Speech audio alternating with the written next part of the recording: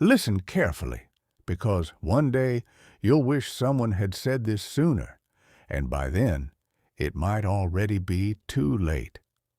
My name is Elias Moreau. I am 92 years old, and I don't have much time left. But this isn't a confession. It's not a plea for sympathy. It's something simpler and heavier. It's clarity. Because when you reach the end of your life, you stop arguing with reality. You stop pretending. And you finally see things as they were, not as you justified them to be. I used to think I had time. Biggest illusion in human life. Not money, not love, not success. Time. When you're young, time feels infinite, like something you can always return to later.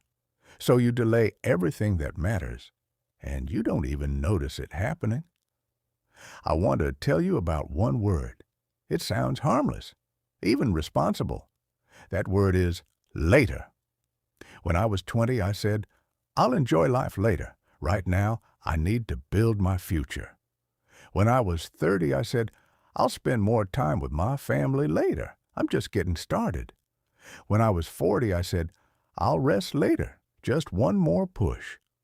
When I was 50, I stopped counting, because later had already quietly become never. And the scariest part, nobody warns you. There's no alarm, no warning sign, just days turning into years without you noticing what you're losing. I had a son. His name was Daniel. He was small, curious, always trying to show me things. One evening, I was sitting at my desk. Paperwork, calls, pressure. He walked in holding a drawing. "Dad," he said, smiling, "look what I made." I didn't turn around. I didn't stop. I said something I barely remember saying at the time.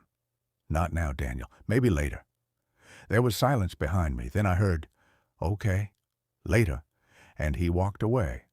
That was it. A single moment. It didn't feel important, at least, not then. Years later, I realized something cruel. Children don't keep offering the same moment twice. That drawing, I never saw it again, and I don't remember what I was working on that day. But I remember his voice. Perfectly. That's how regret works. It deletes the important things you chased and preserves the things you ignored. People used to call me successful. I had a big house, a respected career, financial stability, everything society says you should want. And I believed them. For most of my life, I thought I was winning. But here's something nobody tells you. Success can quietly become a beautifully decorated form of emptiness.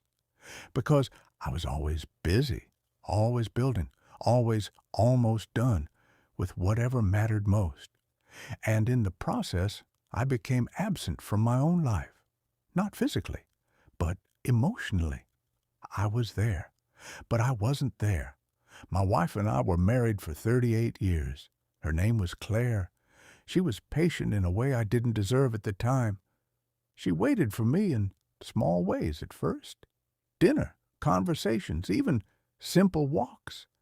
Then she stopped waiting, not out of anger, out of acceptance. We still lived together, but we were no longer sharing a life, just a schedule.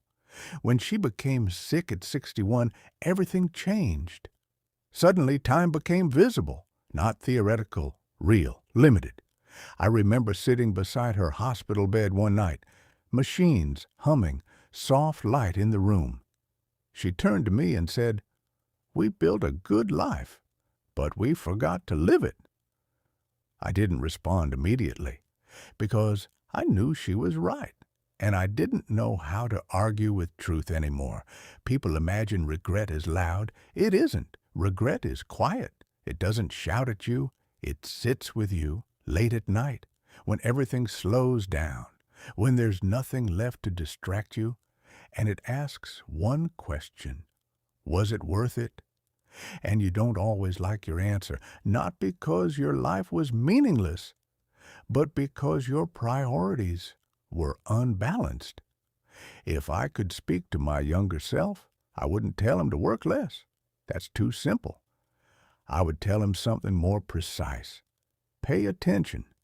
Pay attention to what you are trading, because every choice has a cost. Work is not the enemy. Neglect is. Ambition is not the problem. Blindness is. I would tell him, sit at the table longer. Don't rush conversations. Don't treat love like it will always wait for you, because it won't. You think your life is made of big events, but it isn't. It's made of small things, morning routines, random laughter, shared meals, unplanned conversations, the way someone says your name when they care about you. You don't remember the promotions. You don't remember the deadlines. You remember presence, or the lack of it. I used to ask, what am I achieving?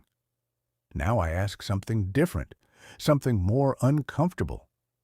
Who am I becoming while I achieve this? Because at the end of life, you don't meet your achievements. You meet yourself. And you have to live with that person, without distractions, without excuses. If I could go back, I would. Stay present during ordinary moments. Say, I love you, without waiting for special occasions.